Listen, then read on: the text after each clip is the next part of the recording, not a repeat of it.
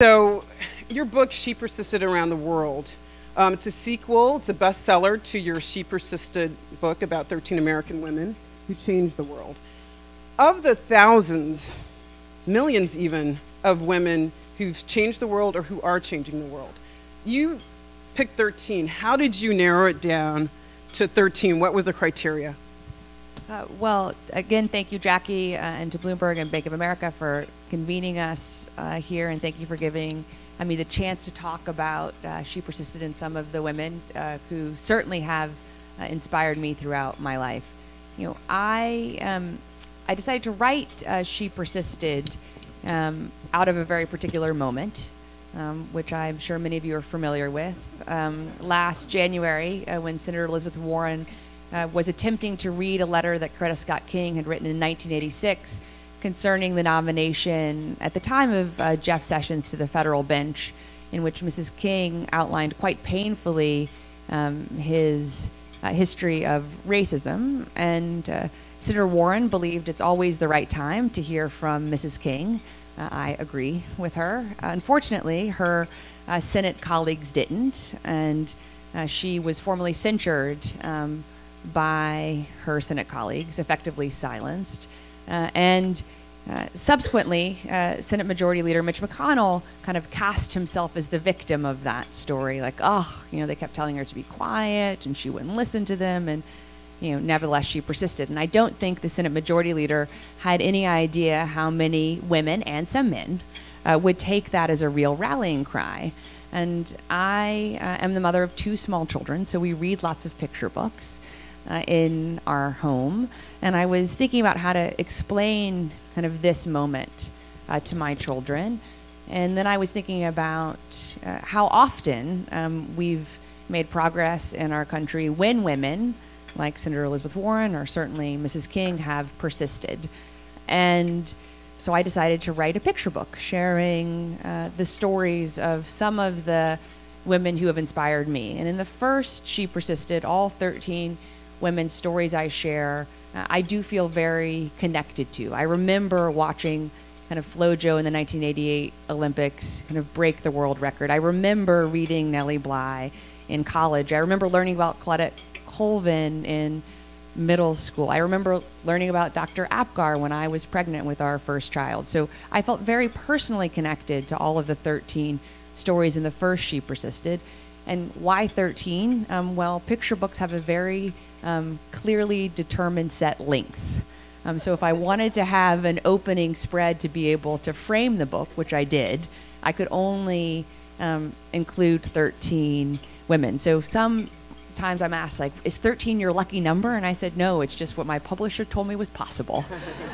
So yes, it was really challenging narrowing down kind of to the women who've inspired me. And then for the second She Persisted Around the World, I thought about women who'd inspired me, and I also reached out widely to people that I know who kind of have grown up, lived, worked in other countries. I'm really grateful to my terrific editor who reached out across the kind of global Penguin Random House family to ask other editors and authors for women's stories who inspired them. And I collected literally hundreds of stories and then kind of read through them, kind of thought about which ones really resonated with me, and again wanted to have a real diversity of women who kind of are unified by their persistence, but who have broken barriers and shown what's possible in lots of different fields. So many people, I think, would say that your mother is a very persistent woman.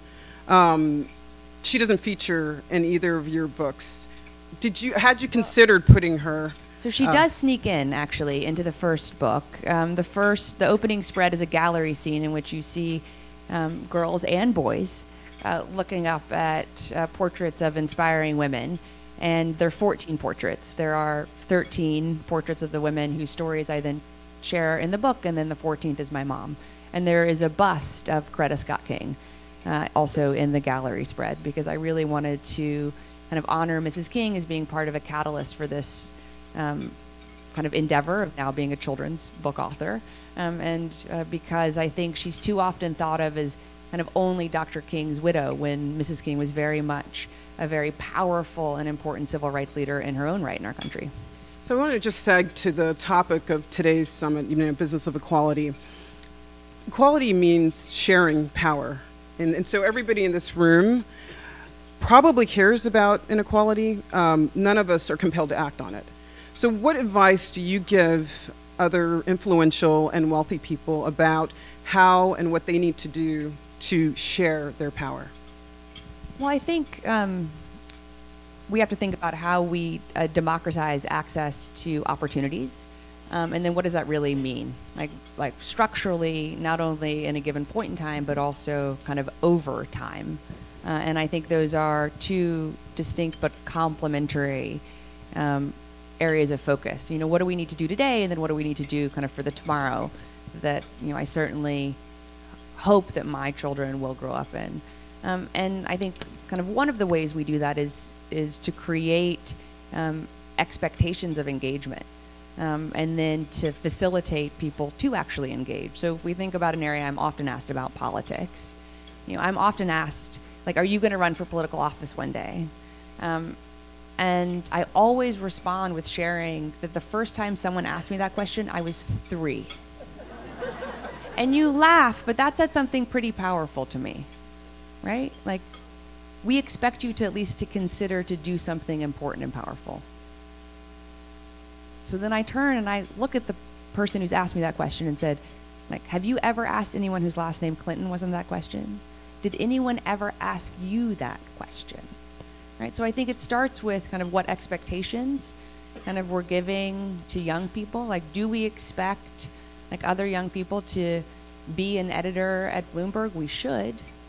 Or to be an executive at Make of America? We should. And then what opportunities should then be incumbent on those of us who do have power, influence, and resources to help to provide? So if we think about kind of politics, there's a lot of emphasis now on how many women and young people are running for office, right? Unprecedented numbers of women are running for Congress. Unprecedented numbers of people under 35 are running for Congress.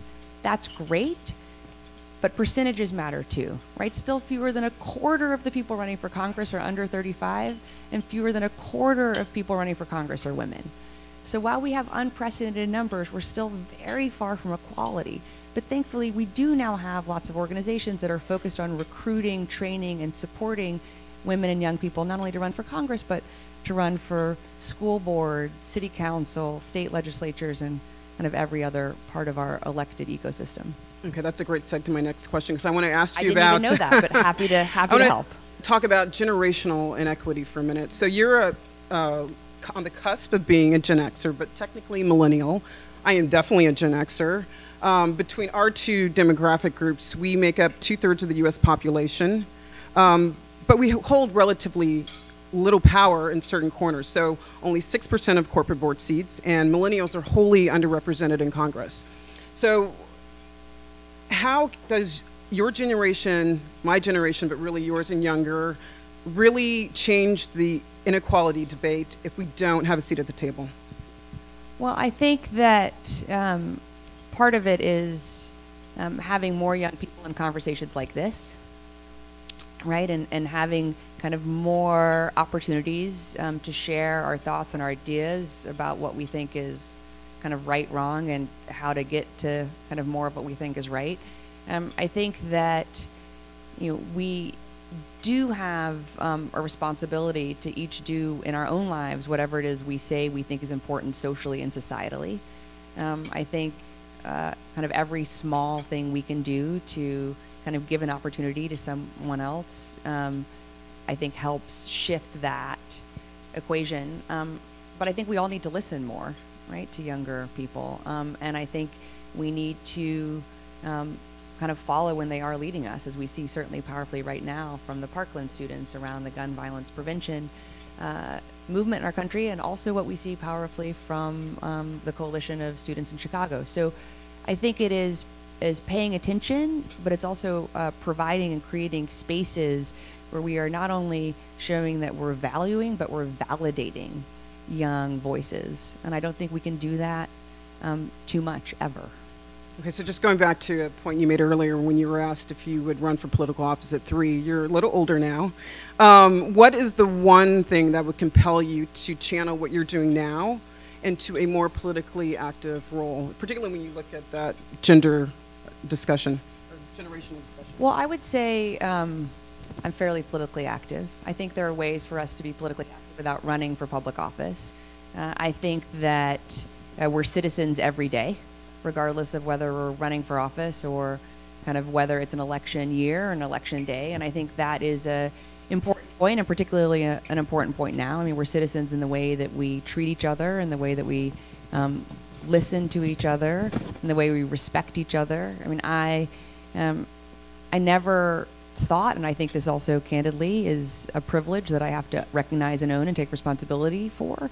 I never thought that kindness and respect would be the acts of resistance that they are right now in our country, and yet also the acts of affirmation for certainly not only the values that I am trying to teach my children at home, but kind of the values that I want to see more of in the world. And so for me, I think, to run for public office, a few things have to be true. I think you have to have a clear view of what you would do with that job.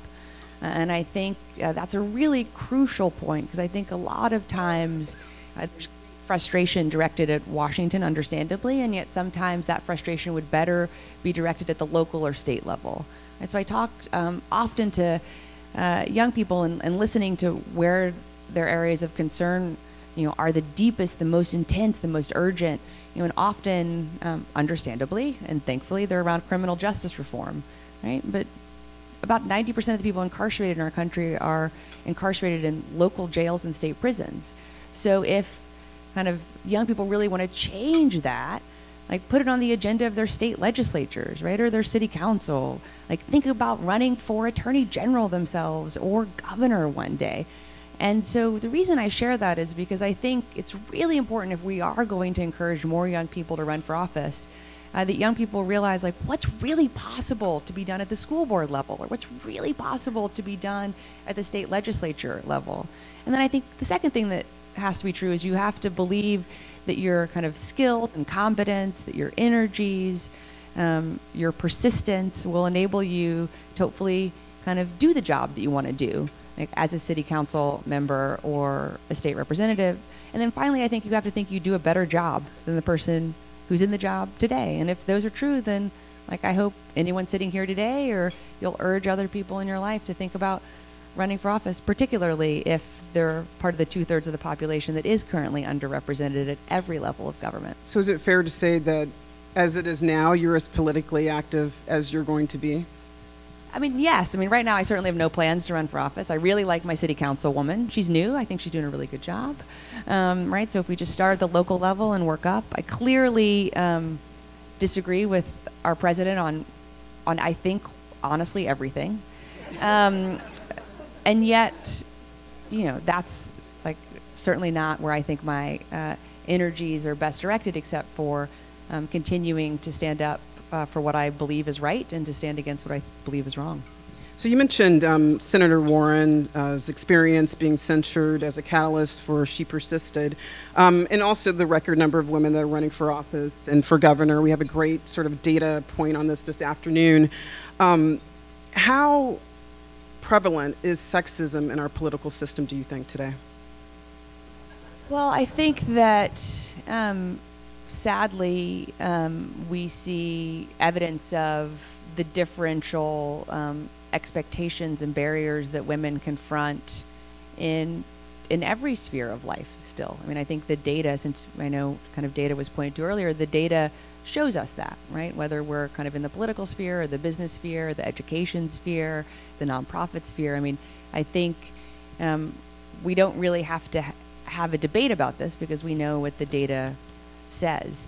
One of the reasons I actually am so thankful to be able to write She Persisted and She Persisted Around the World, and am working on other kind of children's books, is because I think the stories we tell our children are profoundly important for what girls see as their own possibilities, and equally important what boys see as girls' possibilities.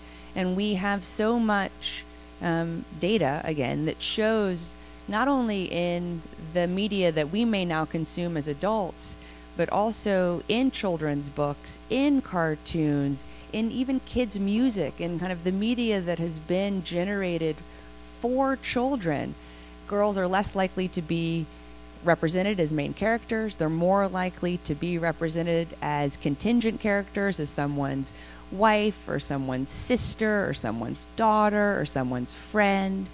So I think the data says that we have, sadly, kind of differential expectations and barriers that girls and women face around the world, and I think we need companies to step forward to change that. We certainly need kind of women leaders to step forward and show what's possible, but I also think it may sound small, but we need to talk to our children differently and tell our children different stories about what girls can and should and be expected and supported and celebrated in doing.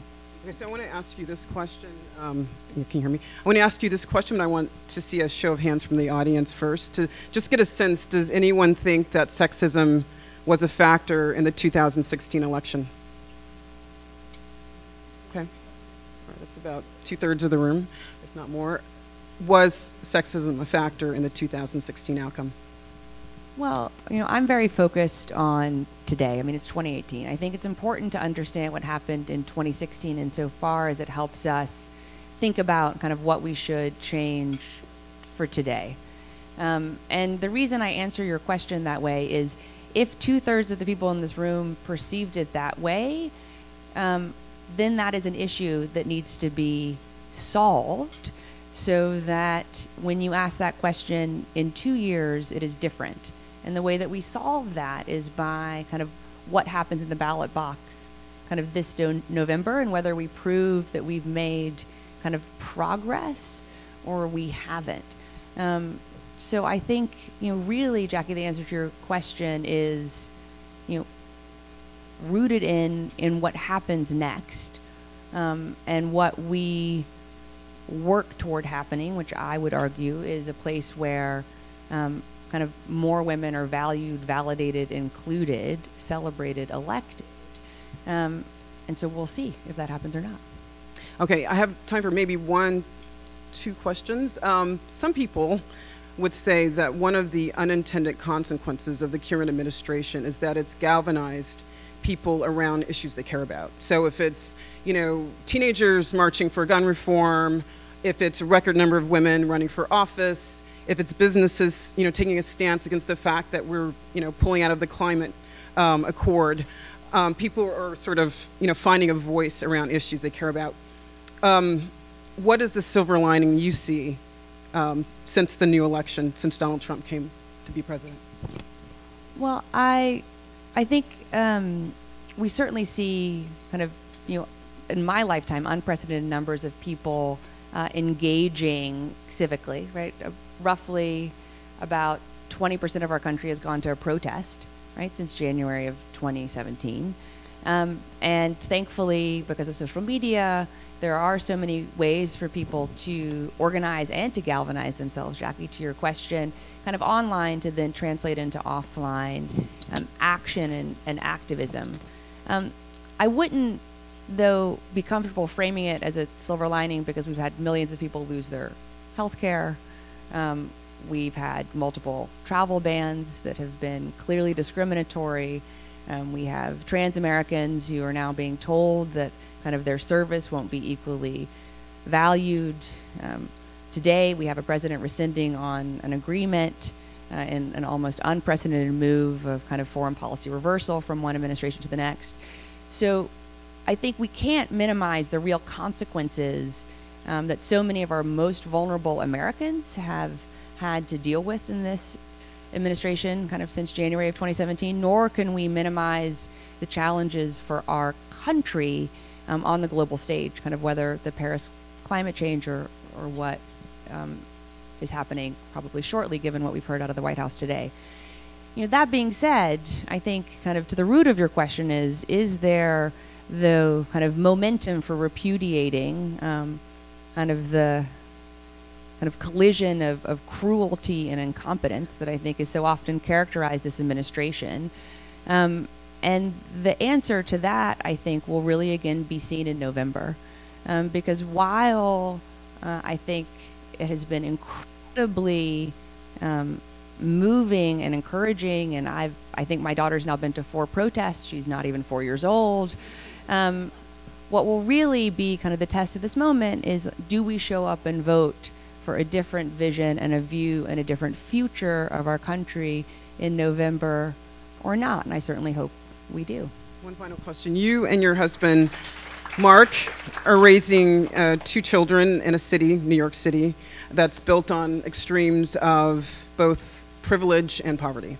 How do you teach your kids to empathize, to be empathetic, and to care about equality?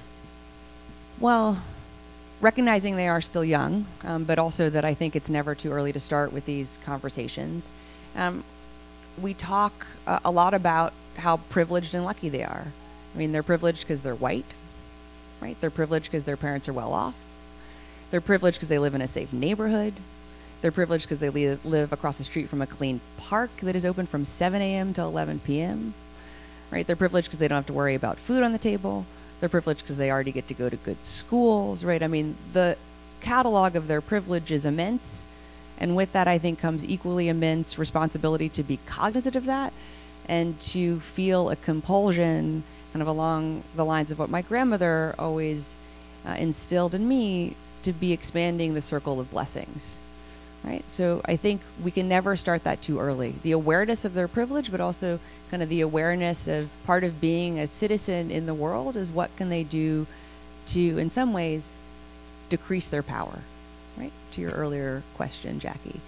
And also to teach them the difference, and I feel so strongly about this, between tolerance and respect, right? Like, they're sick a lot because they're little kids, right? They tolerate being sick. Right? You don't tolerate another person. You respect another person. And we talk about that a lot at home. And I can just hope that not only through what we talk about, but through the lives that Mark and I lead, that they'll grow up to be kind of even better people and better citizens than we are.